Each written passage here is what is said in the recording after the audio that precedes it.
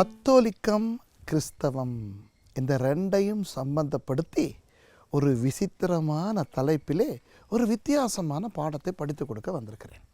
வழமையாக நான் வேதத்தில் இருந்து உங்களுக்கு பாடங்களை கற்றுக் கொடுக்கிறேன். அநேகருக்கு அது ஆசீர்வாதமாக இருக்கின்றது என்று பல நாடுகளிலிருந்து எனக்கு தொலைபேசி வாயிலாக அழைத்து சொல்லுகிறீர்கள். இந்த தலைப்பு கொஞ்சம் வித்தியாசமானது. பாருங்கள், இது இரண்டு சாராரை பற்றி நான் தலைப்பு கொடுத்திருக்கிறேன், கத்தோலிக்கம், கிறிஸ்தவம் என்று. ஏன்? இப்போ இந்த நிகழ்ச்சியை ஒழுங்காய் நீங்கள் பார்த்தால்தான் இந்த நிகழ்ச்சியினுடைய தாற்பயம், இந்த நிகழ்ச்சியினுடைய நோக்கம் உங்களுக்கு புரியும். இந்த நிகழ்ச்சியில் நான் கத்தோலிக்கர்களை குறை சொல்லவும் வரவில்லை, கிறிஸ்தவர்களை குறை சொல்லவும் வரவில்லை. யார் இந்த கத்தோலிக்கர்கள், யார் இந்த கிறிஸ்தவர்கள், சரித்திர ரீதியாக கத்தோலிக்கத்துக்கு என்ன நடந்தது, கிறிஸ்தவத்துக்கு என்ன நடந்தது, இதைத்தான் நான் சொல்லிக் கொடுக்க வந்திருக்கிறேன். பாருங்கள், இன்றைக்கு கிறிஸ்தவர்கள், அதாவது என்னை போன்ற ரட்சிக்கப்பட்ட, நாங்கள் சொல்லுவோம் ஆங்கிலத்தில் born again கிறிஸ்டியன்ஸ், இப்படிப்பட்ட மறுபடியும் பிறந்த அந்த அனுபவமுடைய கிறிஸ்தவர்கள் அநேகர் தவறான முறையில் கத்தோலிக்கர்களை பார்த்து, அவர்கள் அந்தி கிறிஸ்துக்கள், அவர்கள் விக்கிரகாராதனை செய்கிறார்கள், அவர்கள் மரியாதை வணங்குகிறார்கள், இப்படியெல்லாம் சொல்லுகிறார்கள். உங்களுக்கு தெரியுமா, கிறிஸ்தவர்கள் இது தவறாக செய்கிறார்கள். இப்போ இந்த நிகழ்ச்சியை யாராவது கத்தோலிக்கர்கள் பார்த்து கொண்டிருப்பீர்கள் என்றால், நான் உங்களிடத்திலே இந்த உலகத்திலே வாழுகின்ற அநேக கிறிஸ்தவர்கள் சார்பாக மன்னிப்பு கேட்க விரும்புகிறேன். ஏன் தெரியுமா, அவர்கள் உங்களை பொய்க்கு குறை சொல்கிறார்கள், விஷயம் தெரியாமல். கத்தோலிக்கர்கள் அந்தி கிறிஸ்துக்கள் என்கிறார்கள். உங்களுக்கு தெரியுமா, பாப்பாண்டவரை எத்தனை பேர் அந்தி கிறிஸ்து என்று சொல்லுகிறார்கள் என்று? சும்மா பேச்சிலே மாத்திரமல்ல, பிரசங்கங்களிலே கூட சொல்லுகிறார்கள். யாராவது ஒருவர் பாப்பாண்டவராக வந்துவிட்டால் அவர் அந்தி கிறிஸ்து என்று இப்படியெல்லாம் சொல்லும் பொழுது அது கத்தோலிக்கர்களை எந்த அளவுக்கு புண்படுத்தும். அது மாத்திரமா, கத்தோலிக்கர்களை பார்த்து நீங்கள் விக்கிரகாராதனைக்காரர்கள் என்கிறார்கள். அதுவும் தவறு. மரியாதை வணங்குகிறீர்கள் என்று இவர்கள் சொல்லுவார்கள். உங்களுக்கு தெரியுமா, இந்த நிகழ்ச்சியை நீங்கள் ஒழுங்காய் பார்த்தால், நீங்கள் கிறிஸ்தவராக இருக்கட்டும், கத்தோலிக்கராக இருக்கட்டும், ஏன் இது ரெண்டுமே இல்லாத ஒருவராக இருக்கட்டும், கத்தோலிக்கம், கிறிஸ்தவம் இவற்றை பற்றின ஒரு தெளிவை உண்டு பண்ணத்தான் இன்றைக்கு நான் இந்த நிகழ்ச்சியை நான் நடத்துகிறேன். கத்தோலிக்கர்கள் தான் முதல் கிறிஸ்தவர்கள். அவர்கள் அப்படி தங்களை சொல்லிக் கொள்கிறார்கள் அல்லவா? அது உண்மை. அதை நான் உங்களுக்கு சரித்திர ரீதியாக நான் நிரூபிக்கப் போகிறேன். அப்போது கிறிஸ்தவர்கள் யோசிப்பார்கள், அப்போது நாங்கள் வரவில்லையா முன்பு, நாங்கள் கத்தோலிக்கத்தில் இருந்து பிரிந்து வந்தவர்களா என்று. அப்படியும் கிடையாது. கிறிஸ்தவர்கள் தான் முதலில் வந்தவர்கள். கத்தோலிக்கர்கள் முதலில் வந்தவர்கள் என்று சொன்னீர்கள். ஆம், கத்தோலிக்கர்கள் தான் முதலில் வந்தவர்கள். அப்போ கிறிஸ்தவர்கள் முதலில் வந்தவர்கள் என்கிறீர்களே. ஆம், கிறிஸ்தவர்கள் தான் முதலில் வந்தவர்கள். என்ன ஐயா குழப்புகிறீர்? நான் குழப்பவில்லை அன்பானவர்களே. கத்தோலிக்கர்கள் தான் கிறிஸ்தவர்கள், கிறிஸ்தவர்கள் தான் கத்தோலிக்கர்கள். இதை நான் உங்களுக்கு சரித்திர ரீதியாக நிரூபித்துவிட்டு, இன்றைக்கு ஏன் சபைகள் இந்த அளவுக்கு பிரிந்து இருக்கின்றன என்று நான் உங்களுக்கு காண்பிக்க போகிறேன். சரியோ? இப்போ பாருங்கள், ஆண்டவராகிய இயேசு கிறிஸ்து மரித்து உயிர்த்தெழுந்த பிறகு அவர் சொன்னார் தன்னுடைய சீஷர்களை பார்த்து, நீங்கள் போய் எருசலேமிலே இருங்கள், அங்கே உங்களுக்கு பரிசுத்த ஆவியானவர் வந்து உங்களை பலப்படுத்தின பின்பு, அப்போஸ்தலர் 1:8 பார்க்கிறோம், பரிசுத்த ஆவி உங்களிடத்தில் வரும் பொழுது நீங்கள் பலன் அடைந்து எருசலேமிலும் யூதேயாவிலும் சமாரியாவிலும் பூமியின் கடைசி பரியந்தமும் எனக்கு சாட்சிகளாய் இருப்பீர்கள் என்றார். அப்போ என்ன நடந்தது? அந்த ஏறத்தாழ 500 பேர் இயேசு ஒலிவ மலையிலிருந்து பரமேறினதை பார்த்து கொண்டிருந்தார்கள். அவர்களில் ஒரு 120 பேர் திரும்ப வந்து, இந்த இயேசு ராப்போஜனம் கொடுத்தாரே, மேல் வீடு என்று வாசிக்கிறோமே, அந்த மேல் வீட்டுக்கு ஏறி போய் அவர்கள் ஜெபித்து கொண்டிருக்கும் பொழுது, அப்போஸ்தலர் 2ஆம் அதிகாரத்திலே பரிசுத்த ஆவி இறங்கினார் என்று பார்க்கிறோம். பரிசுத்த ஆவி அவர்கள் மேல் வந்து அமர்ந்து, அவர்கள் பரிசுத்த ஆவியில் நிறைந்து அந்நிய பாஷை பேசி தீர்க்க தரிசனம் உரைத்து, அன்றைக்குத்தான் சபை பிறந்தது. சபைக்கு பிறந்த நாளே இருக்கிறது. அது அப்போஸ்தலர் 2ஆம் அதிகாரத்தில் இருக்கிறது. சபைக்கு பிறந்த நாள் நடைபெற்ற அந்த நாளிலே பஸ்காவுக்காக எருசலேமுக்கு வந்திருந்த எத்தனையோ நூற்றுக்கணக்கானோர், ஏன் நூற்றுக்கணக்கானோர் அல்ல, ஆயிரக்கணக்கானோர் இந்த மேல் வீட்டிலே நடக்கின்ற இந்த விஷயத்தை பார்த்து அதை தவறாய் புரிந்து கொண்டு, இவர்கள் மதுபான வெறி கொண்டிருக்கிறவர்கள் போல கத்துகிறார்கள் என்றெல்லாம் சொன்ன பொழுது பேதுரு எழும்பி நின்றார். பேதுரு எழும்பி நின்று யோவேல் 2ஆம் அதிகாரத்திலே இருந்து அவர் சில குறிப்புகளை எடுத்து காட்டி, யோவேல் 2ஆம் அதிகாரத்திலே ஆண்டவர் சொல்லுகிறாரே, கடைசி காலத்திலே மாம்சமான யாவர் மேலும் என் ஆவியை ஊற்றுவேன் என்று, அந்த நிகழ்வு இதுதான் என்று அவர் சரித்திர ரீதியாக, வேதாகம ரீதியாக எடுத்து காண்பித்து அவர் பிரசங்கித்த பிரசங்கத்தை கேட்டு எத்தனை 1000 பேர் ரட்சிக்கப்பட்டார்கள் தெரியுமா? 5000 பேர் ரட்சிக்கப்பட்டார்கள். சபை பிறந்தது. சுவிசேஷ ஊழியமும் ஒரு வித்தியாசமான முறையில் தொடங்கியது. முதல் சுவிசேஷ கூட்டம் 5000 பேர் ரட்சிக்கப்பட்டார்கள். சபையிலே ஜனங்கள் சேர்ந்தார்கள். சபையிலே ஜனங்கள் சேர்ந்து சபை வளர ஆரம்பித்தது. எருசலேமிலே வளர ஆரம்பித்தது. ஆனால் என்றைக்கு சபை வளர ஆரம்பித்ததோ அன்றைக்கு சபைக்கு உபத்திரவம் வர ஆரம்பித்தது. உங்களுக்கு தெரியும், ஆரம்ப அப்போஸ்தலர் 5, 6, 7 இந்த அதிகாரங்களை நீங்கள் பார்க்கும் பொழுது நீங்கள் பார்க்கலாம், எப்படி அப்போஸ்தலர் 6ஆம் அதிகாரத்திலே சில டீக்கன்மார் என்று சொல்லுகின்ற, டீக்கன் என்றால் வேலைக்காரன் என்று அர்த்தம், சரியா? டியாக்கனோயா என்ற அந்த கிரேக்க சொல், அதிலிருந்து தான் டீக்கன் என்ற சொல் வந்தது. சபையிலே ஊழியம் செய்வதற்கு அடிமை என்ற அந்த சொல்லிலிருந்து வந்தது. 2 சொற்கள் கிரேக்க மொழியில் இருக்கின்றன, டூலாஸ், டியாக்கனோயா. இந்த 2 சொற்களும் அடிமையை குறிக்கும். அப்போது இந்த டீக்கன் என்பவர்கள் ஏற்படுத்தப்பட்டார்கள். அதிலே ஒருவர் ஸ்தேவான். அந்த ஸ்தேவான் தான் முதல் கல்லெறிந்து கொலை செய்யப்பட்டவர், சரியா? இன்றைக்கு யாராவது நீங்கள் எருசலேமுக்கு போனால் அதிலே லயன் கேட் என்று இருக்கிறதே, சிங்கவாசல், அந்த லயன் கேட்டுக்கு ஸ்டீவன் கேட் என்றும் சொல்லுவார்கள். ஏனென்றால் ஸ்தேவானை பிடித்து அந்த வாசல் வழியாக வெளியே கொண்டு போய் தான் ஒலிவ மலைக்கு வடக்காக இருக்கின்ற ஒரு இடத்திலே கல்லெறிந்து கொன்றார்கள். அந்த இடத்திலே தான் சவுல் இருந்தார். பிற்காலத்திலே அவர் பவுலாக மாறி ஊழியம் செய்து, அவரும் நீரோ மன்னனுடைய காலத்திலே தலை வெட்டப்பட்டு அவர் இயேசுவுக்காக மரித்தார். அப்போது ஸ்தேவான் முதல் இரத்த சாட்சியாக மரித்தார். உங்களுக்கு தெரியுமா, இயேசுவின் சீஷனாக இருந்து எருசலேம் சபையினுடைய தலைவராக இருந்த யாக்கோபை சிரச்சேதம் செய்து கொன்றார்கள். பேதுருவை சரித்திரம் சொல்லுகிறது தலை கீழாக சிலுவையிலே அறைந்து கொன்றார்கள். ஏனென்றால் பேதுரு சொன்னார், என் கர்த்தரை போல நான் நேராக மரிக்க விரும்பவில்லை, என்னை தலை கீழாக அறைந்து கொள்ளுங்கள் என்று. இன்னும் அந்திரேயா என்பவரை இப்படி ஒரு எக்ஸ் வடிவிலான ஒரு சிலுவையிலே அறைந்து கொன்றார்கள். அப்புறம் நமக்கு தெரியும், இயேசுவின் சீஷர்களில் தோமா, அவர் சிரியாவுக்கு போய் கொஞ்ச காலம் இருந்துவிட்டு அப்படியே பிரயாணப்பட்டு இந்தியாவுக்கு வந்தார். வந்து தென்னிந்தியாவிலே கேரளாவிலே அவர் ஊழியம் செய்து கொண்டிருந்து அப்படியே அவர் கடற்கரை வழியாக அப்படியே சென்னைக்கு வந்தார். சென்னையிலே அவரை கொலை செய்தார்கள். அப்போது இப்படி இயேசுவினுடைய சீஷர்கள் அத்தனை பேருமே மரித்தார்கள். அது மாத்திரமல்ல, அநேக கிறிஸ்தவர்கள் கொலை செய்யப்பட்டார்கள். நான் இதை உங்களுக்கு ஏன் சொல்லுகிறேன் என்றால், என்றைக்கு சபை தொடங்கியதோ, கிறிஸ்தவம் தொடங்கியதோ, அன்றிலிருந்து சபை பயங்கரமாக உபத்திரவப்படுத்தப்பட்டது, சரியா?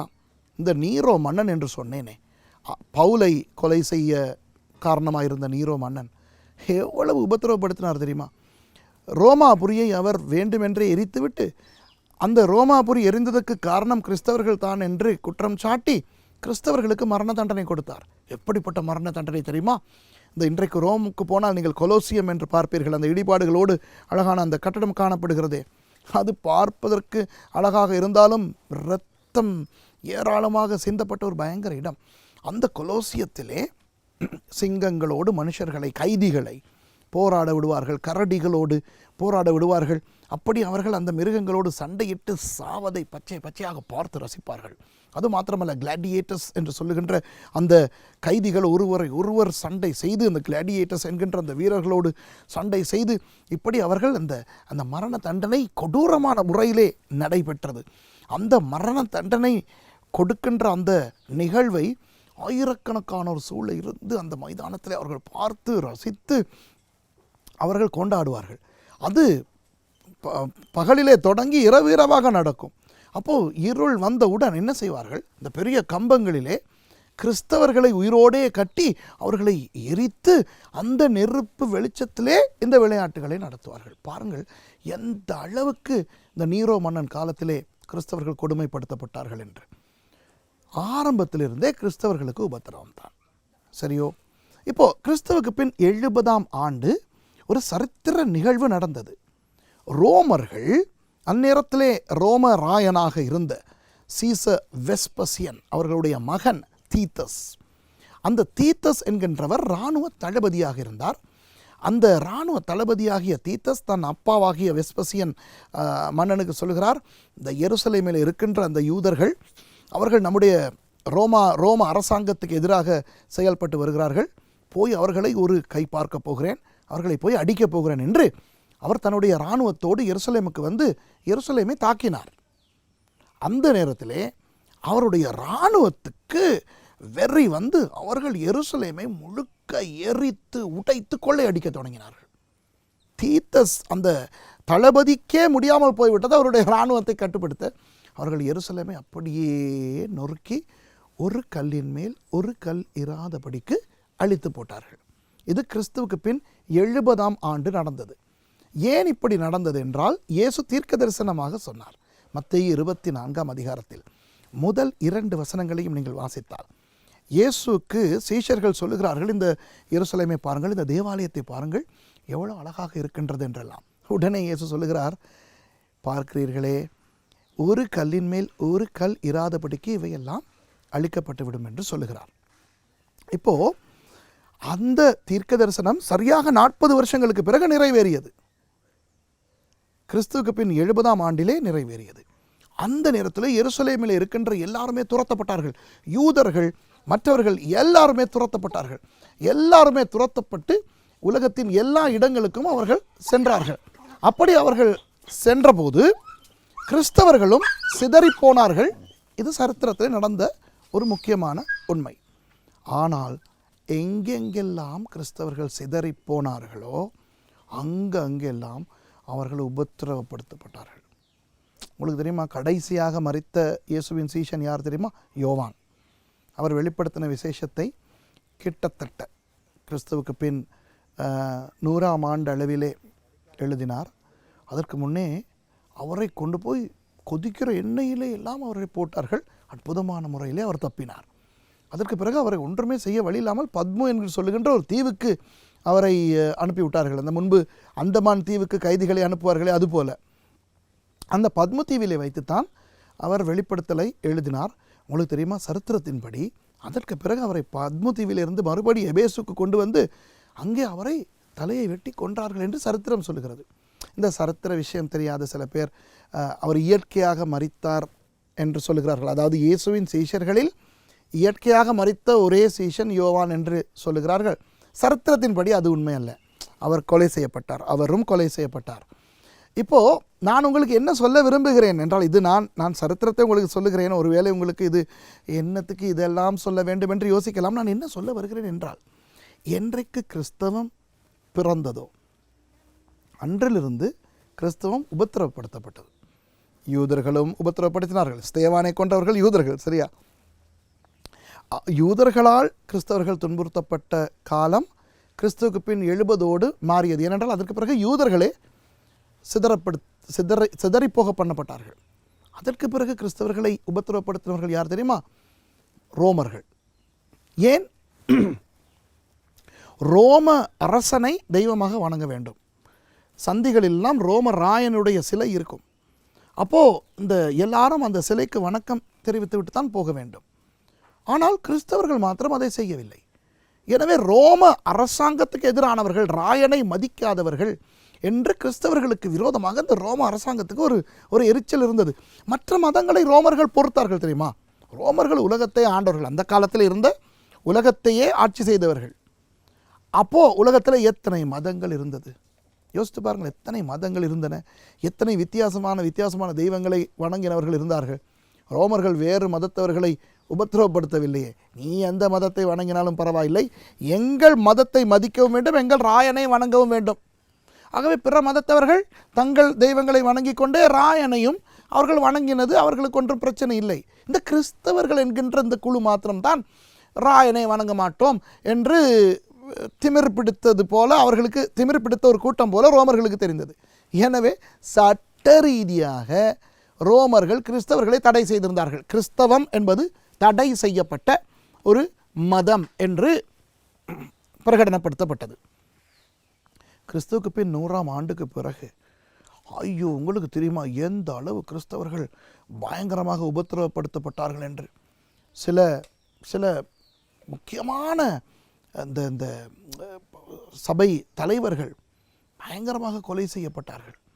பாலிகாப் என்று சொல்லுகின்ற ஒரு சபை தலைவரை, அவரை கொண்டு போய், அவருக்கு 86 வயது, வைக்கோல் எல்லாம் நிரப்பி அதில் ஒரு கம்பத்தை வைத்து இவரை கட்டிவிட்டு சொன்னார்கள், நீ இயேசுவை மறுதலி இல்லாவிட்டால் நெருப்பு எரித்து கொளுத்துவோம் என்று. அவர் சொன்னார், 86 வருடங்கள் என்னை கைவிடாத இயேசுவை நான் எப்படி கைவிட முடியும் என்று சொல்லி இவர்கள் வைக்கோலை பற்ற வைத்தார்கள். அப்படியே அவர் உயிர் நீத்தார். சரியா? இப்படி ஜஸ்டின் என்று சொல்லுகின்ற ஒரு சபை தலைவர். இப்போ கத்தோலிக்கர்களை பற்றி நான் பேசுகிறேன் அல்லவா? கத்தோலிக்கர்களில் இந்த பாலிகாப், இந்த ஜஸ்டின் என்று சொல்லுகிறவர்கள் எல்லாரும் செயின்ட்ஸ், பரிசுத்தவான்களாக பிரகடனப்படுத்தப்பட்டவர்கள். ஆகவே இந்த கத்தோலிக்கர்களை பற்றித்தான் நான் பேசிக் கொண்டிருக்கிறேன். சரியா? அதாவது ஆதி கிறிஸ்தவர்கள் தான் கத்தோலிக்கர்கள் என்று நான் உங்களுக்கு சொல்லிக் கொண்டிருக்கிறேன். சரியா?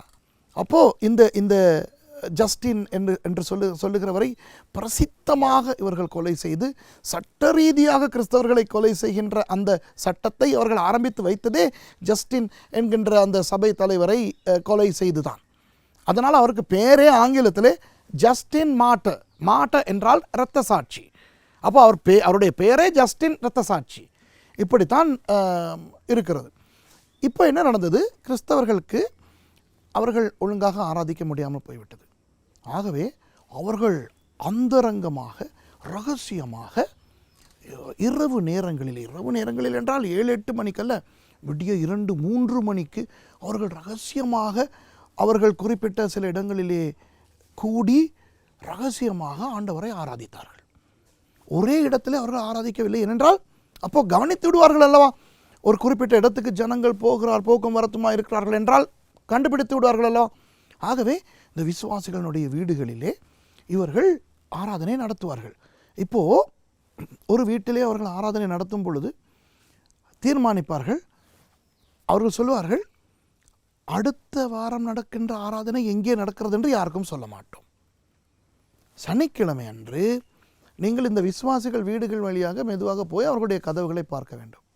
யாருடைய வீட்டு கதவிலே ஒரு மீன் அடையாளம் போடப்பட்டிருக்கிறதோ அங்குதான் சனிக்கிழமை இரவு அல்லது ஞாயிறு விடிய ஒரு 2 அல்லது 3 மணிக்கு இரகசிய ஆராதனை நடைபெறும் என்று தெரிந்து கொள்ள வேண்டும் என்று சொல்லி வைத்திருந்தார்கள்.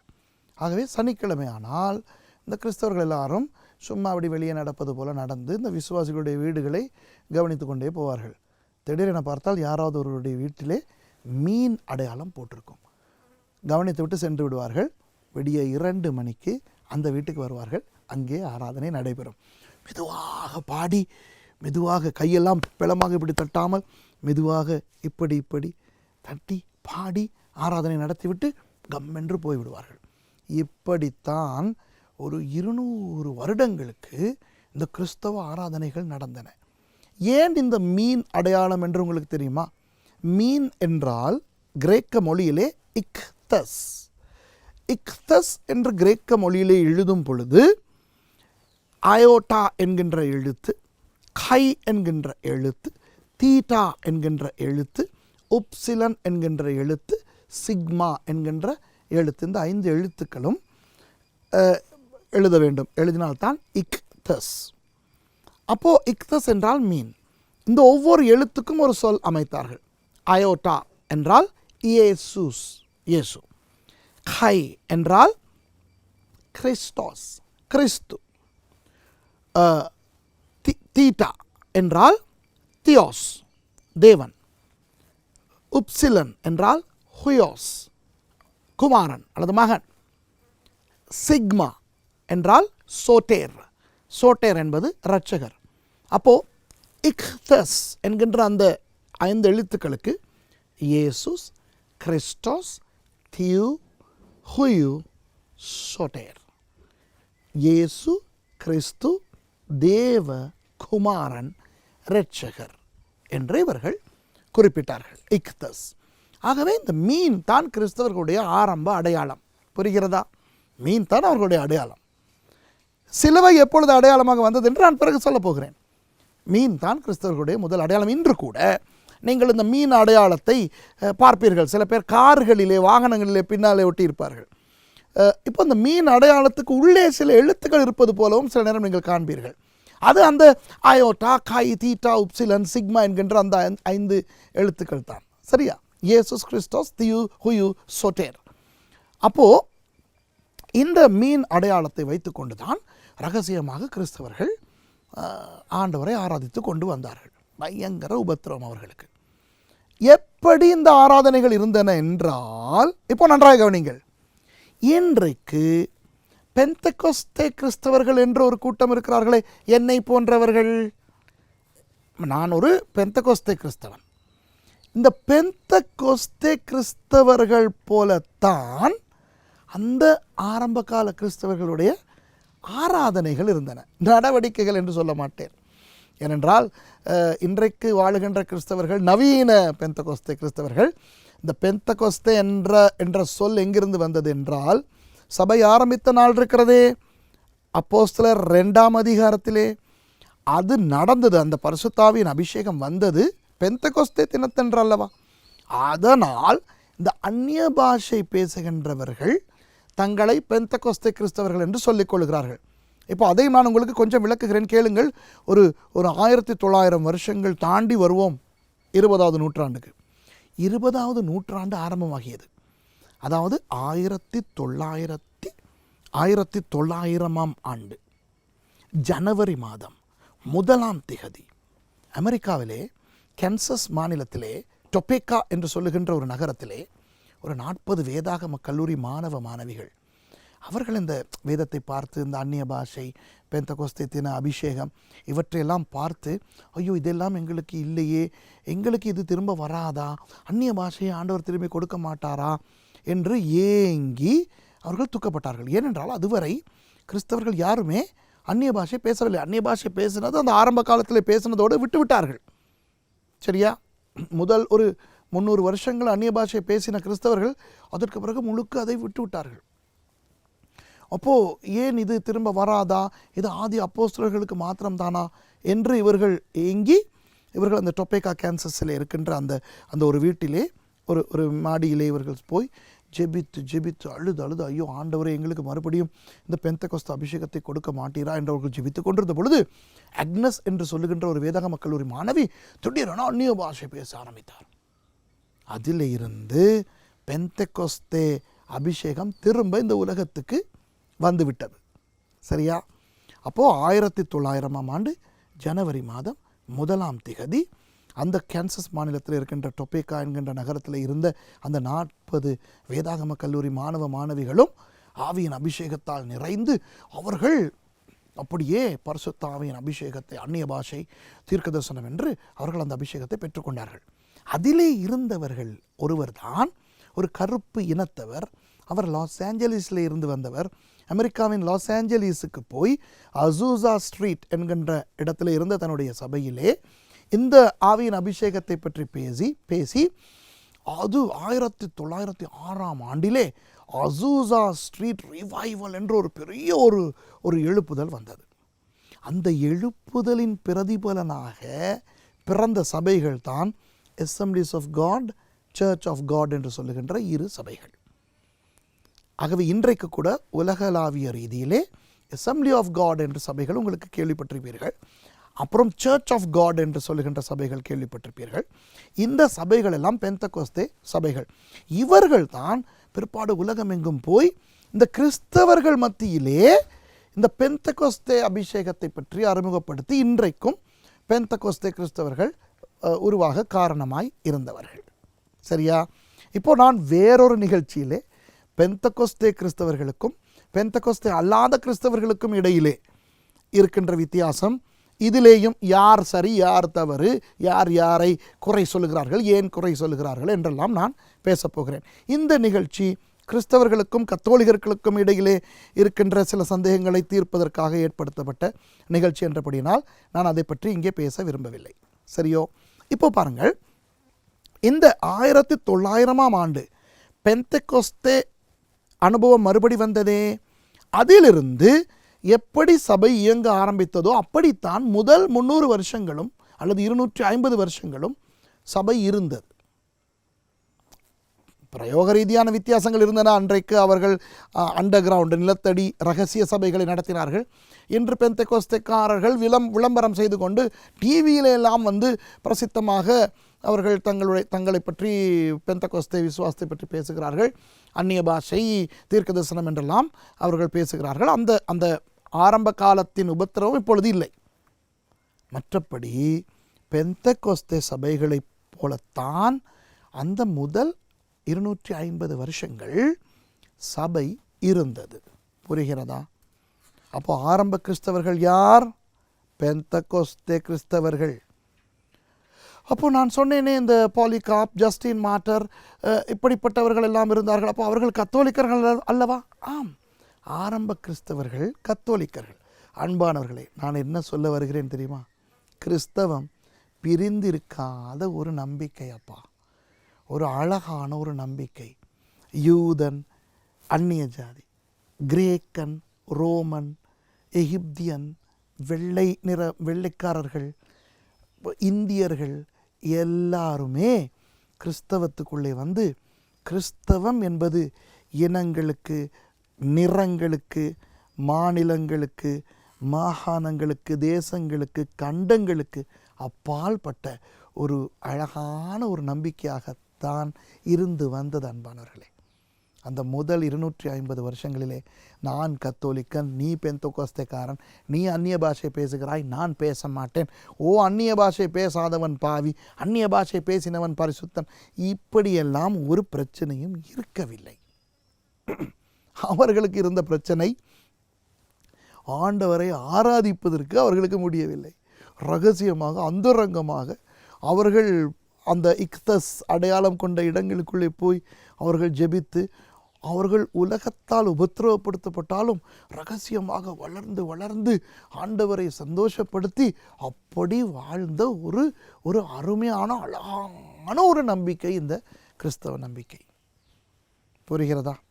ஆகவே அன்பானவர்களே, அந்த முதல் 250 வருஷங்களுக்கு சொந்தமானவர்கள் கத்தோலிக்கர்கள், கிறிஸ்தவர்கள், பெந்தெகோஸ்தேக்காரர்கள் எல்லாரும் தான். ஏனென்றால் அவர்களுடைய நம்பிக்கை என்னவா இருந்தது தெரியுமா? கர்த்தராகிய இயேசு கிறிஸ்து எங்களுடைய கர்த்தர், எங்களுடைய தெய்வம். இப்போ இந்த நிகழ்ச்சியை பார்த்து கொண்டிருக்கிற நீங்கள் கத்தோலிக்கராய் இருந்தால் நீங்கள் கர்த்தராகிய இயேசுவை தெய்வம் என்று நம்புகிறவர் தானே? மற்ற கதைகள் தேவையில்லை. நீங்கள் கர்த்தராகிய இயேசு கிறிஸ்துவை தெய்வமாக வணங்குகிற ஒருவர் தானே? அப்படியானால் நீங்கள் உங்களைப் போன்றவர்கள்தான் முதல் 250 வருஷமும் கிறிஸ்தவர்களாக இருந்தவர்கள். சரி, இந்த நிகழ்ச்சியை பார்த்து கொண்டிருக்கிறவர் ஒரு கத்தோலிக்கர் அல்லாத கிறிஸ்தவர் என்று வைத்துக்கொள்வோமே. ஒரு ஆங்கிலிக்கன், ஒரு மெத்தடிஸ்ட், ஒரு பேப்டிஸ்ட், ஒரு பென்டிகாஸ்டல், நீங்கள் எப்படிப்பட்ட ஒரு கிறிஸ்தவராக இருந்தாலும் நீங்கள் இயேசு கிறிஸ்துவை தேவனாக ஏற்றுக்கொள்ளுகிறவர் தானே? அப்படியானால் உங்களை போன்றவர்கள் தான் அந்த முதல் 250 வருஷங்களில் வாழ்ந்தவர்கள். ஆகவே முதல் 250 வருஷ கிறிஸ்தவர்கள் கத்தோலிக்கர்கள் தான், கிறிஸ்தவர்கள் தான், பெந்தெகோஸ்தேக்காரர்கள் தான். பிரிவுகள் எதுவுமே இருக்கவில்லை. உங்களுக்கு தெரியுமா, அந்த காலத்தில் இருந்த சபைகளுக்கு என்ன பெயர் என்று? இன்றைக்கு தானே சபைகளுக்கு assembly of God, church of God, Bethesda church, Bethany church, Mount Carmel church, Zion church என்று பெயர் வைத்துக் கொள்கிறார்கள். அன்று அப்படி அல்ல. அந்த பட்டணத்தில் இருந்த சபைக்கு அந்த பட்டணத்தின் பெயர். எபேசு சபை என்றால் எபேசு பட்டணத்திலே இருந்த சபை. கொலோசே சபை என்றால் கொலோசே பட்டணத்தில் இருந்த சபை. தெசலோனிக்கே சபை என்றால் தெசலோனிக்கேயில் இருந்த சபை. மகாபெரிய உலகத்தின் தலைநகரமாக இருந்த ரோமாபுரியிலே இருந்த சபைக்கே என்ன பேர் தெரியுமா? ரோமாபுரி சபை. இப்படித்தான் இருந்தது. ஆனால் இன்றைக்கு இப்போ நான் வாழுகின்ற கண்டியிலே, இலங்கையிலே கண்டியிலே வாழுகிறேன். அங்கே தான் இந்த ஒளிப்பதிவு நடக்கிறது, பெல்வுட்டிலே. நான் சொல்ல முடியுமா கண்டி சபை என்று? கண்டியில் எத்தனை சபைகள் இருக்கின்றன. இன்றைக்கு காலம் மாறி இருக்கிறது. இப்போ அன்பானவர்களே, முதல் 250 வருஷங்களும் கிறிஸ்தவர்கள் அருமையாக வளர்ந்தார்கள். ரகசியமாக அவர்களுக்கு நிறைய உபத்திரவங்கள் வந்து கொண்டிருந்தது. ஆகவே அவர்களுக்கு பிரசித்தமாக வளர முடியவில்லை. ஆனால் ஒரு முக்கியமான நபர் ஒரு அந்தரங்க கிறிஸ்தவராக இருந்தார். அவர் யார் தெரியுமா? கிறிஸ்துவுக்கு பின் 300ஆம் ஆண்டு அளவில் ரோமாபுரியை ஆட்சி செய்த கான்ஸ்டன்டியஸ் என்று சொல்லுகின்ற மன்னனுடைய மனைவி ஹெலேனா. இவர் ஒரு அந்தரங்க கிறிஸ்தவ பெண்மணி. இன்னொரு பெண்மணி மூலமாக இயேசுவை பற்றி சொல்லப்பட்டு இவர் ரகசியமாக கிறிஸ்தவராக இருந்தார். மகாராணி. ஆனால் இவர் ரகசியமாகத்தான் கிறிஸ்தவராக இருக்க முடிந்தது. ஏனென்றால் ரோமாபுரி சட்டத்தின்படி கிறிஸ்தவர்கள் கண்ட இடத்தில் கொலை செய்யப்பட வேண்டும். அவர்கள் தேச விரோதிகள் என்று சொல்லப்பட்டிருந்தார்கள், அறியப்பட்டிருந்தார்கள். ஆகவே கான்ஸ்டன்டியஸ் மன்னனுடைய மனைவியாகிய ஹெலேனா ஒரு அந்தரங்க விசுவாசியாய் இருந்தார். இந்த கான்ஸ்டன்டியஸ் மன்னன் இறந்த பிறகு அவருடைய மகனாகிய கான்ஸ்டன்டைன், இந்த பெயர்கள் கொஞ்சம் கிட்டத்தட்ட ஒரு மாதிரியாக இருக்கிறபடினால் ஒழுங்காக புரிந்து கொள்ளுங்கள். அப்பாவினுடைய பெயர் கான்ஸ்டன்டியஸ், ஒழுங்காக சொல்வது என்றால் கான்ஸ்டன்டியூஸ். மகனுடைய பெயர் கான்ஸ்டன்டீன். அந்த முடிவை பாருங்கள், கான்ஸ்டன்டியூஸ், கான்ஸ்டன்டீன். அந்த கான்ஸ்டன்டீன் என்பதைத்தான் ஆங்கிலத்திலே கான்ஸ்டன்டைன் என்று சொல்லுகிறார்கள். இந்த கான்ஸ்டன்டியஸ் மன்னனுடைய மகன் அல்லது ஹெலேனாவினுடைய மகன் கான்ஸ்டன்டைன் அல்லது கான்ஸ்டன்டீன். இப்போ அப்பா இறந்த பிறகு இவர் தான் முழு ரோமாபுரியையும் அல்லது ரோமாபுரி தானே முழு உலகத்தையுமே ஆட்சி செய்தது, இவர் ஆள வேண்டும். ஆனால் இவர் பதவி ஏற்கும் பொழுது தகப்பனுடைய இராணுவத்தில் இருந்த தளபதி ஒருவன் குழப்பம் விளைவித்து அவன் அரசனாக வேண்டும் என்று முயற்சி செய்கிறான். அவனுடைய பெயர் மேக்சென்டியஸ். இந்த மேக்சென்டியஸ் கான்ஸ்டன்டீனுக்கு பதிலாக தான் அரசனாக வர வேண்டும் என்று அவன் இப்பொழுது தன்னுடைய சேனைகளை இராணுவத்தை உருவாக்கி கொண்டு அவன் தேசத்தை ஆள புறப்படுகிறான். இப்போ ஒரு பெரிய பிரச்சனை. மேக்சென்டியஸா கான்ஸ்டன்டீனா இந்த ரோமாபுரியை ஆள வேண்டும். ரெண்டு பேருமே, கான்ஸ்டன்டீன் அரசனின் மகன், அரசன் இறந்து விட்டார், சட்டப்படி இவர் தான் மகாராஜாவாக வர வேண்டும். மேக்சென்டியஸ் இராணுவ பலத்தோடு பாதி பேரை அவர் சேர்த்து கொண்டு அவர் ரோமாபுரியை ஆள முயற்சிக்கிறார். இப்போ என்ன நடந்தது தெரியுமா? தீர்மானிக்கப்பட்டது ஒரு சண்டையிலே, ஒரு யுத்தத்திலே தான் தீர்மானிக்கப்பட வேண்டும். கான்ஸ்டன்டீனும் மேக்சென்டியஸும் சண்டை பிடித்து யுத்தம் செய்து யார் ஜெயிக்கிறாரோ அவர் ஆள வேண்டும் என்ற ஒரு தீர்மானம் எடுக்கப்பட்டது. கான்ஸ்டன்டீன் குழம்பி போனான். ஏன் குழம்பி போனான் தெரியுமா? கான்ஸ்டன்டீனுடைய பக்கத்திலும் நல்ல இராணுவம் இருந்தது. இருந்தாலும் அந்த மேக்சென்டியஸுக்கும் ஒரு பெரும் தொகையான இராணுவம் அவருக்கு உதவி செய்ய போய்விட்டது. இந்த கான்ஸ்டன்டியஸ் மன்னனுடைய ஆட்சி பிடிக்காமல், அப்படி இருக்கும் தானே, எந்த தேசத்திலும் ஆட்சியாளர்களை பிடிக்காமல் குழப்பம் பண்ணுகிறவர்கள் இருப்பார்கள் தானே. மற்றது இந்த கான்ஸ்டன்டியஸ் மன்னன் ஒன்றும் பெரிய நல்ல மன்னனாய் அவர் சாதனை படைத்தவரும் அல்ல. ஆகவே மேக்சென்டியஸுக்கு சார்பாக ஒரு பெரிய கூட்டமே இருந்தது. மில்வியன் என்று சொல்லுகின்ற ஒரு பாலத்துக்கு அருகே ஒரு பள்ளத்தாக்கு இருந்தது. அந்த இடத்துல யுத்தம் செய்ய தீர்மானிக்கப்பட்டது. அப்போது மேக்சென்டியஸினுடைய இராணுவம் இரவோடு இரவாக அவர்கள் அந்த பாளை அந்த அந்த அந்த அந்த பள்ளத்தாக்குக்கு அப்புறத்திலே அவர்கள் பாளையம் இறங்கி இருக்கிறார்கள். கான்ஸ்டன்டீனுடைய இராணுவம் மில்வியன் பாலத்துக்கு இப்புறத்திலே பாளையம் இறங்கி இருக்கிறார்கள். விடிந்தால் இவர்கள், அதாவது கான்ஸ்டன்டீனுடைய இராணுவம் மில்வியன் பாலத்தை கடந்து அப்புறத்துக்கு போய் யுத்தத்தை ஆரம்பிக்க வேண்டும். அப்போது பதறிக்கொண்டிருக்கிறான் இவன். ஒரே குழப்பம், இவனுக்கு ஒழுங்காக யோசனையும் வரமாட்டேனுங்கிறது. ஏனென்றால் இப்போ இவன் அரசனாகின உடனேயே இந்த யுத்தம், யாரோடு யுத்தம்? இராணுவ தளபதியாக இருந்தவனோடு.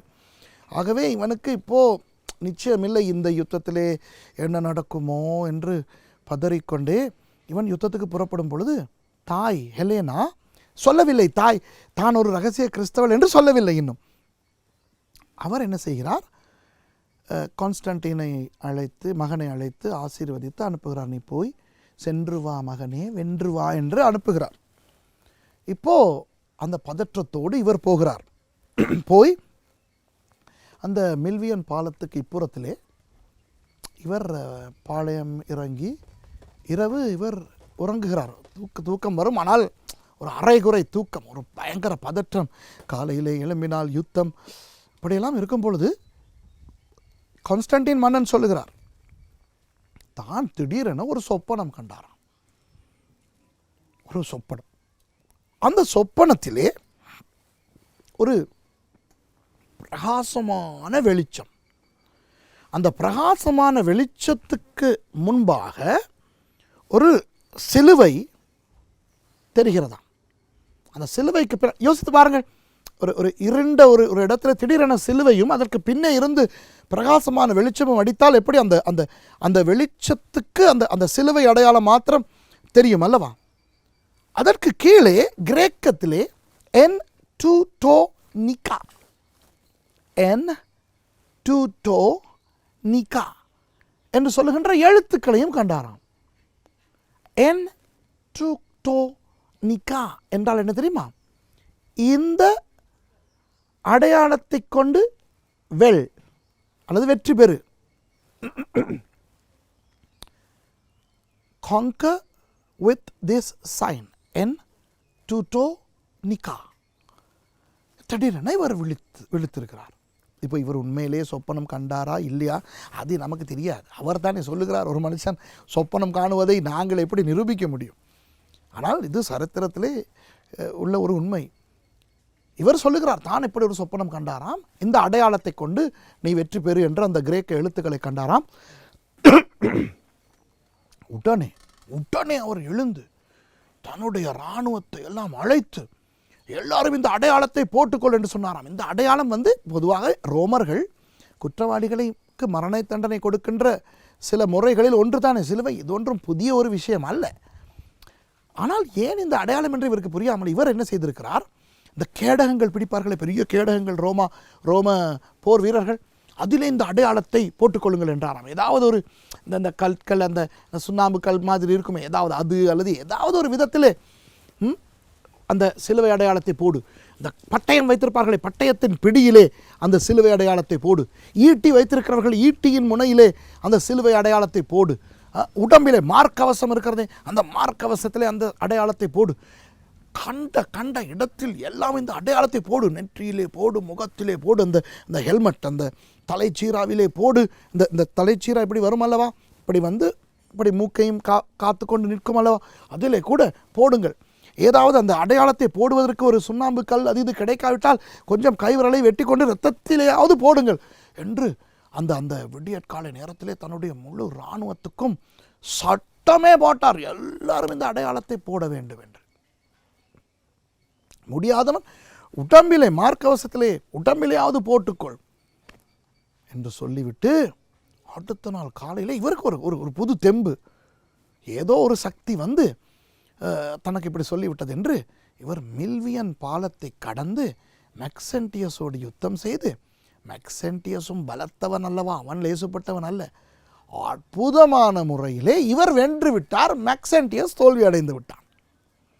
இவர் நினைக்கவில்லை இவ்வளவு ஒரு பாரிய வெற்றி இவருக்கு கிடைக்கும் என்று.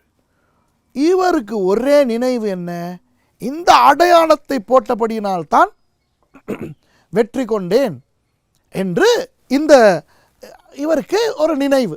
சரியா, சந்தோஷமாக வீட்டுக்கு வருகிறார். வெற்றியோடு அவர்கள் ஆடல் பாடலோடு வருகிறார்கள் ரோமாபுரிக்கு.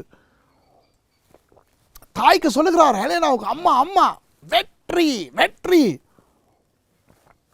இந்த தாய் அவரை அரவணைத்து உச்சி மோந்து உள்ளே வாவ் வெற்றியா, சந்தோஷம் என்று சொல்லும் பொழுது இந்த கான்ஸ்டன்டீன் சொல்லுகிறான் தாய் ஹெலேனாவுக்கு, அம்மா உங்களுக்கு தெரியுமா என்ன நடந்தது என்று?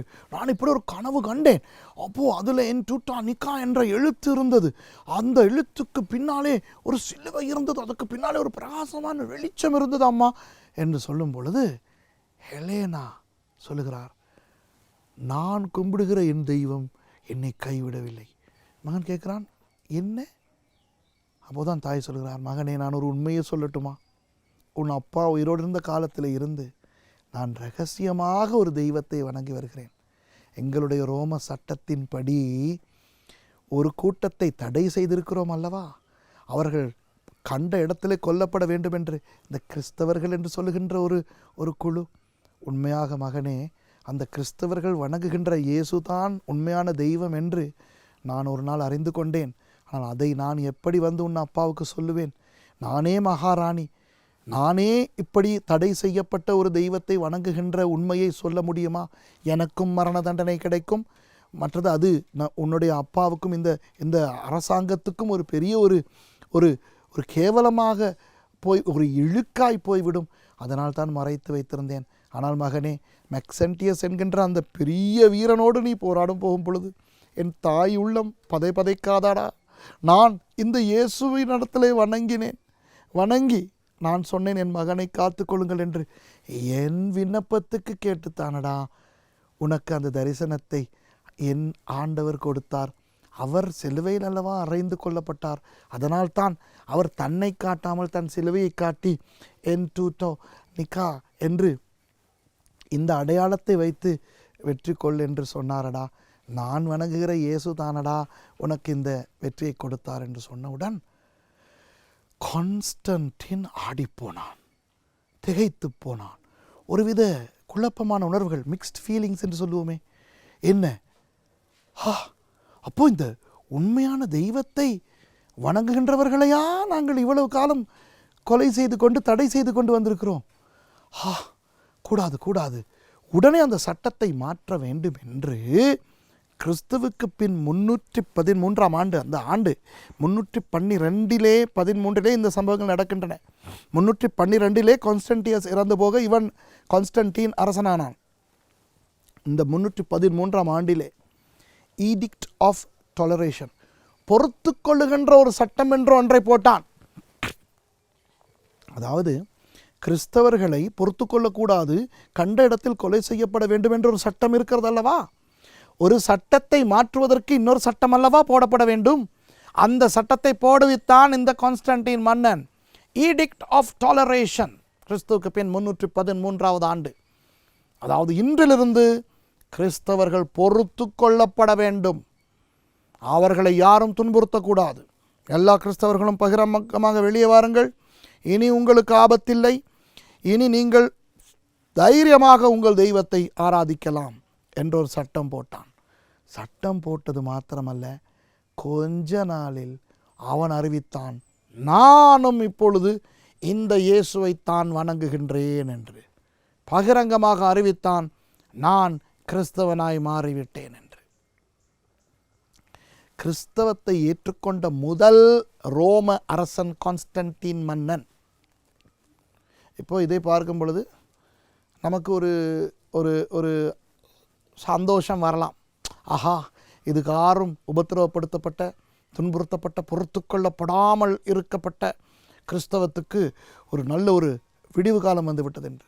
இல்லை அன்பானவர்களே, இந்த கத்தோலிக்கர்களானாலும் சரி, கிறிஸ்தவர்களானாலும் சரி, நீங்கள் யாராக இருந்தாலும் உங்களுக்கு தெரியுமா, கிறிஸ்தவத்துக்கு பாதிப்பு வந்ததே இந்த கான்ஸ்டன்டின் மன்னனுடைய இந்த மனமாற்றம். ரோம மதத்தை விட்டுவிட்டு இவன் கிறிஸ்தவத்தை தழுவிக்கொண்டாலும் இவன் கிறிஸ்தவத்தை பற்றி அறிந்தவன் இல்லை. இவனுக்கு ஒன்றும் சுவிசேஷம், நற்செய்தி எல்லாம் ஒன்றுமே அந்த அளவுக்கு இவனுக்கு தெரியாது. இவன் அந்த ஏதோ சொப்பனம் கண்டதாகத்தானே சொல்லி இவன் மனம் மாறினான், மதம் மாறினான். இவனுக்கு இறையியல் தெரியுமா, வேதம் தெரியுமா, வேதத்தை வாசித்திருக்கிறானா? ஒன்றும் இல்லை. அந்த அந்த அந்த அந்த என்ன சொல்லுவது, அந்த அந்த குதூகலம், அந்த புலகிதம், அந்த இன்ப அதிர்ச்சியால் இவன் தலை கால் புரியாமல் ஆடத் தொடங்கினான். என்ன நடந்தது தெரியுமா? அந்த வருஷத்திலே கிறிஸ்தவர்களுடைய அடையாளம் மாற்றப்பட்டது. இதுவரை மீனைத்தானே அவர்கள், இக்தஸ் என்ற மீன் தானே அடையாளமாக வைக்கப்பட்டது. அன்றிலிருந்து கிறிஸ்தவர்களுடைய அடையாளம் சிலுவை. இப்போ புரிகிறதா ஏன் சிலுவை அடையாளம் வந்தது என்று? இப்போ சிலுவை அடையாளத்தை கிறிஸ்தவர்கள் பயன்படுத்துவது, நான் அதை மறுக்கவில்லை. என்னுடைய டையை பாருங்கள், இதில் என்ன அடையாளம் போட்டிருக்கிறது? சிலுவை அடையாளம். சிலுவை அடையாளத்துக்கு நான் எதிர் அல்ல, சரியா? ஆனால் நான் உங்களுக்கு உண்மையாக சொல்லுகிறேன், இந்த சிலுவை அடையாளம் கிறிஸ்தவர்களுடைய ஆதி அடையாளம் அல்ல, மீன் அடையாளம். இந்த கான்ஸ்டன்டீனுடைய இந்த சொப்பனத்துக்கு பிறகுதான் கிறிஸ்தவர்களுக்கு, அதுவும் கிறிஸ்துவுக்கு பின் 313வது ஆண்டு, நான் இந்த கிறிஸ்துவுக்கு பின் எல்லாம் இனி சொல்ல தேவையில்லை, கிறிஸ்துவுக்கு பின் தானே கிறிஸ்தவமே. ஆகவே இந்த வருஷங்களை மாத்திரம் நான் சொல்லுகிறேன். 313ஆம் ஆண்டு சிலுவை கிறிஸ்தவர்களுடைய அடையாளமாக மாற்றப்பட்டது. இன்று வரை கிறிஸ்தவர்களுடைய அடையாளமாக சிலுவை இருக்கிறது.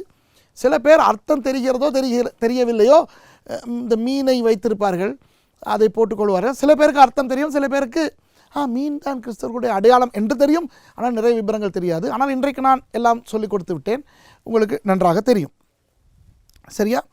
இப்போது இந்த அடையாளம் மாறினது மாத்திரமல்ல, கான்ஸ்டன்டின் மன்னன் பிரகடனப்படுத்தினான் இந்த கிறிஸ்தவர்களுக்கு முதலிடம் கொடுக்க வேண்டும் என்று. கொஞ்சம் கொஞ்சமாக அரசாங்கத்திலும் சரி, நாட்டு விஷயங்களிலும் சரி, பள்ளிக்கூடங்களிலும் சரி, ஒவ்வொரு விஷயத்திலும் இந்த கிறிஸ்தவர்கள் என்றவுடன் கான்ஸ்டன்டின் மன்னனுக்கு உடம்பெல்லாம் புல்லரிக்கும். இப்போ யாராவது தொழில் கேட்டு வருகிறார்கள் என்று வைத்துக்கொள்வோமே, நீ எந்த மதம்? நான் கிறிஸ்தவன். ஓ, நீ கிறிஸ்தவனா? உடனே அந்த வேறு தகுதிகள் எதுவும் பார்க்காமல் அவனை வேலைக்கு சேர்ப்பான். சலுகைகள், கிறிஸ்தவர்களுக்கென்றால் சலுகைகள். கொஞ்சம் கொஞ்சமாக அந்த வருஷத்திலேயே இந்த பிற மதத்தவர்கள் இருக்கிறார்களே, அவர்கள் கூட வந்து தங்களுக்கு தொழில் வேண்டுமென்றால், ராஜாவினுடைய ஏதாவது ஒரு சலுகை வேண்டுமென்றால் வந்து பொய்க்கு சரி நான் கிறிஸ்தவன் என்று சொல்லி வேலையை வாங்கிக் கொள்வார்கள், அல்லது ஏதாவது சலுகைகளை பெற்றுக்கொள்ள தொடங்கினார்கள். இப்போது மன்னனுக்கும் இவர்கள் உண்மையாக கிறிஸ்தவர்களா என்று அறிய இவருக்கும் ஒன்றும் தெரியாதல்லவா, இவருக்கே கிறிஸ்தவம் தெரியாது. ஆகவே இந்த இவருடைய அறியாமையை பயன்படுத்தி அநேகர் தாங்கள் கிறிஸ்தவர்கள் என்று சொல்லிக்கொள்ள ஆரம்பித்தார்கள். சரியோ, இப்போ நிறைய கிறிஸ்தவர்கள் காணப்படுகிறார்கள், உண்மையான கிறிஸ்தவர்களை விட கூடுதலாக இப்போ கிறிஸ்தவர்கள் காணப்படுகிறார்கள். ஆனால் இப்போ கிறிஸ்தவர்களுக்கு தாங்கள் ஆராதிப்பதற்கு ஒரு ஒழுங்கான இடம் இல்லை. ஆகவே கான்ஸ்டன்டின் பார்த்தான், இவர்களுக்கு நல்ல நல்ல கட்டடங்களை அமைத்து கொடுக்க வேண்டும் என்று. எத்தனை, இப்போ ரோமாபுரிக்கு கீழே தானே எத்தனையோ நாடுகள் இருந்தன, எல்லா இடத்திலும் இந்த இந்த தேவாலயங்கள், கிறிஸ்தவர்களுக்கு சபைகள் கட்டி கொடுக்க முடியுமா? இப்போ கிறிஸ்தவர்களுக்கு ஒரு 4 சிவர் இருந்தால் போதும். இன்றைக்கு பாருங்கள் கிறிஸ்தவ சபைகளை, கீழே கராஜ் நடக்கும், மேலே சபை நடக்கும். அநேகமாக இந்த நிகழ்ச்சியை பார்த்து கொண்டிருக்கின்ற உங்களில் சில பேர் உங்களுடைய சபைகள் எங்கே இருக்கிறது என்று பாருங்கள். சில வீடுகளிலே இல்லையா, அல்லது சில அரங்கங்களில், ஹால்களிலே இப்படித்தான் நடக்கும். அதில் ஒன்றும் பிரச்சனை இல்லை. எங்கே நடக்கிறது என்பது, ஆராதனை நடக்கிறது என்பது பிரச்சனை இல்லை. எங்கே 2-3 பேர் என்னுடைய நாமத்து நிமித்தம் கூடியிருக்கிறீர்களோ அங்கே அவர்கள் நடுவிலே நான் இருப்பேன் என்று தான் இயேசு சொல்லிவிட்டாரே. ஆகவே சபை எங்கே நடக்கிறது என்று பிரச்சனை இல்லை. கிறிஸ்தவர்கள் ஜனங்களுடைய செயற்கை தானே சபை. அப்போ பாருங்கள், கான்ஸ்டன்டைன் மன்னன், அவனுக்கு இதெல்லாம் தெரியாது, இந்த இறையியல் தெரியாது. சபை என்பது ஜனங்கள், விசுவாசிகள் கூடி ஆராதிக்கிற இடம் என்றெல்லாம் தெரியாது. ஏனென்றால் அவனுடைய ரோம மதத்தின்படி மதம் என்றால் ஆலயம் இருக்க வேண்டும், ரோமர்களுடைய தேவாலயங்களை பார்க்க வேண்டும், அவர்களுடைய தெய்வங்கள், நிறைய தெய்வங்கள் இருந்தன அல்லவா, தெய்னாள், இதெல்லாம் டயனா என்று சொல்லுவோமே, எபேசுவிலே வணங்கப்பட்ட தெய்வம், இதெல்லாம் பெரிய தெய்வங்கள். இந்த ரோமர்களுக்கு ஏராளமான தெய்வங்கள் இருந்தன, ரோமன் மித்தாலஜி என்று சொல்வார்கள். அந்த ரோமன் மித்தாலஜியிலே அதிகமான தெய்வங்கள். இப்போ இந்த மாதிரி ஒரு பெரிய கட்டடம் இருக்கும், இந்த கூரை எப்பொழுதும் கூறாகவே இருக்கும், சரியா? அப்படி பெரிய பாரிய ஆலயங்கள், நிறைய தெய்வங்களுடைய விக்கிரகங்கள் இருக்கும், பயங்கரமாக இருக்கும். இந்த பயங்கர அந்த அந்த ஒரு ஆங்கிலத்தை சொல்லுவோம் an eerie feeling. அந்த ரோம தேவாலயங்களுக்குள்ளே போனால் ஒரு ஒரு விதமான ஒரு அமைதி, ஒரு என்கின்ற ஒரு உணர்வு பயங்கரமாக இருக்கும். ஒரு வித இருள், கொஞ்சம் ஆங்காங்கே ஒரு சின்ன விளக்கு, அந்த விளக்கு பக்கத்திலே ஒரு சிலை, இப்படிதான் பயங்கர விக்கிரக ஆராதனை நிறைந்த மதம் இந்த ரோம மதம். இப்போது போக போக இந்த ரோம மதத்தவர்களுடைய எண்ணிக்கை குறைந்து கிறிஸ்தவர்களுடைய எண்ணிக்கை கூட ஆரம்பித்தது. உடனே கான்ஸ்டன்டைன் மன்னன் ஒரு வேலை செய்தான். என்ன தெரியுமா? ஆரம்பத்தில் இப்படித்தான் செய்தான். இந்த ரோம தேவாலயங்களில் சிலவற்றை சொல்லுவோமே கான்ஃபிஸ்கேட், பறிமுதல் செய்தான். சரியா? இப்போ ஒரு ஒரு 4-5 தேவாலயங்கள் ஏதாவது ஒரு இடத்துல காணப்பட்டால் அதில் ஒரு தேவாலயத்தை பறிமுதல் செய்வது, அந்த தேவாலயத்தினுடைய விக்கிரகங்களை, அந்த தேவாலயத்தினுடைய பனிமுட்டுக்களை எல்லாம் அந்த மற்ற ரோம தேவாலயங்களுக்கு அனுப்பிவிட்டு இதை கிறிஸ்தவர்களுக்கு கொடுப்பது. இப்படி தான் தொடங்கியது.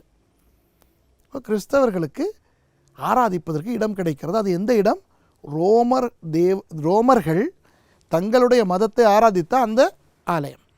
அதில் இருக்கின்ற விக்கிரகங்கள் எல்லாம் அகற்றப்பட்டன. இவை கிறிஸ்தவர்களுக்கு கொடுக்கப்பட்டன அவர்களுடைய ஆராதனையை நடத்த. இப்போது கிறிஸ்தவர்களுக்கு கொஞ்சம் சந்தோஷம். வீடுகளிலே ரகசியமாக ஆராதித்து கொண்டிருந்தோம், இப்போது பெரிய பெரிய அந்த ரோம மத ஆலயங்களே கிடைத்து விட்டன. அப்போது அதில் இருந்து இவர்கள் ஆராதனை நடத்த ஆரம்பித்தார்கள், ஜனங்களும் கூட ஆரம்பித்தார்கள். கடைசியில் இந்த கான்ஸ்டன்டின் மன்னன் அவரை பற்றியே அவருடைய நிறைய சாதனைகளை எல்லாம் பேசலாம். ஹெலேனாவினுடைய சாதனைகளை பேசலாம். ஹெலேனா கான்ஸ்டன்டினுடைய அம்மா. இப்போது பெரிய பெரிய சந்தோஷம் அவருக்கு. எல்லாரும் நாங்கள் கிறிஸ்தவர்கள் என்று பகிரங்கமாக நாங்கள் சொல்லுவோம் என்று இந்த மகனுடைய அந்த தரிசனம் அல்லது அந்த சொப்பனத்தில் காணப்பட்ட சிலுவை இயேசுவின் சிலுவை அல்லவா, உண்மையான இயேசுவினுடைய சிலுவையை நான் போய் கண்டுபிடிப்பேன் என்று அவர் தன்னுடைய ஒரு இராணுவ சேனையை கூட்டிக் கொண்டு, ஹெலேனா அம்மா, கான்ஸ்டன்டின் மன்னனுடைய அம்மா, அவர் புறப்பட்டு எருசலேமுக்கு முதல் அவர் தான் போன கிறிஸ்தவர்.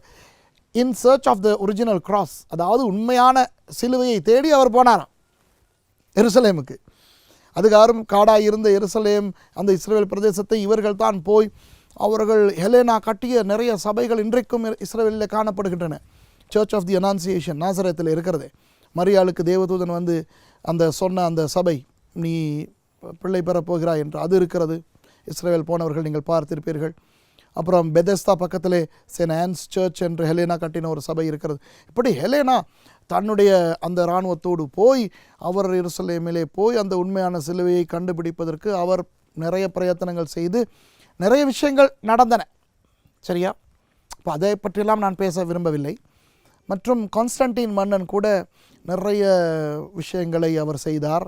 அவர் ரோமாபுரியிலிருந்து இப்போது துருக்கி தேசத்திலே இஸ்தான்புல் இருக்கிறதே, அந்த இஸ்தான்புல் பிரதேசத்தை அவர், அதற்கு முன்பு பெயர் பிசாண்டியம், அந்த பிசாண்டியம் என்று சொல்லுகின்ற இடத்தை கான்ஸ்டன்டின் வந்து தன்னுடைய தலைநகரமாக மாற்றி தன்னுடைய பெயரை வைத்து கொண்டார்.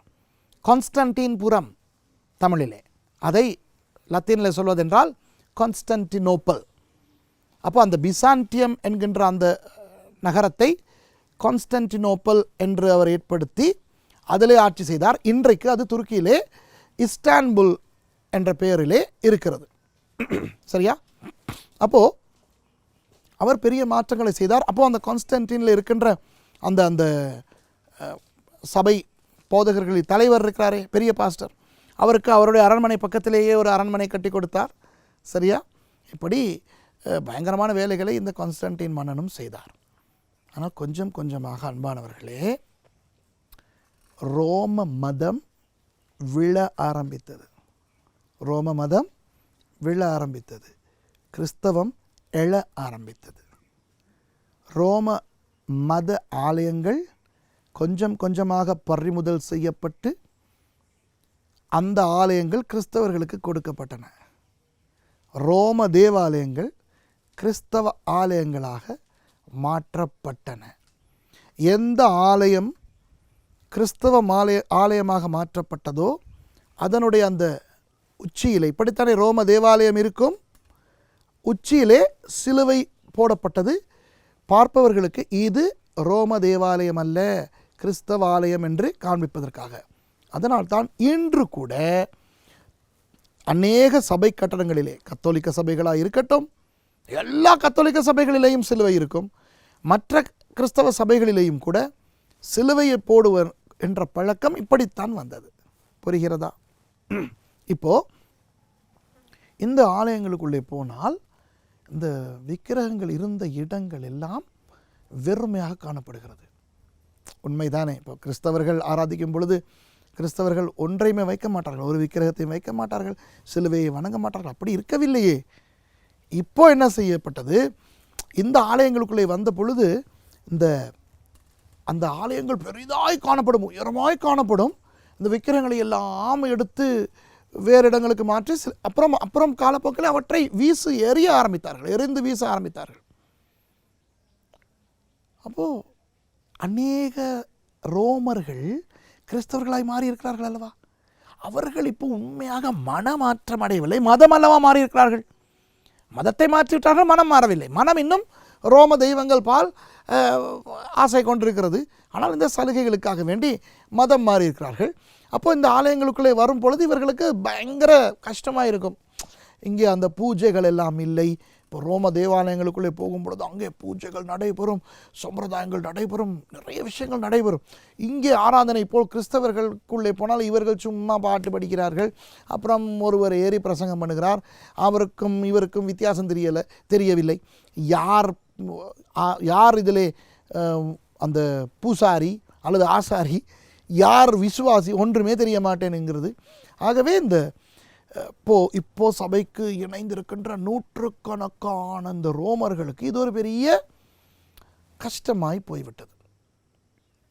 அதனால் அன்பானவர்களே, இதுகாரும் ஒழுங்காயிருந்த கிறிஸ்தவத்துக்குள்ளே ரோம மதத்தினுடைய அம்சங்கள் புக ஆரம்பித்தன. அன்பானவர்களே, இந்த இடத்திலே இருந்து நான் கற்றுக் கொடுக்க போகின்றதை மிகவும் கவனமாய் செவி கொடுங்கள்.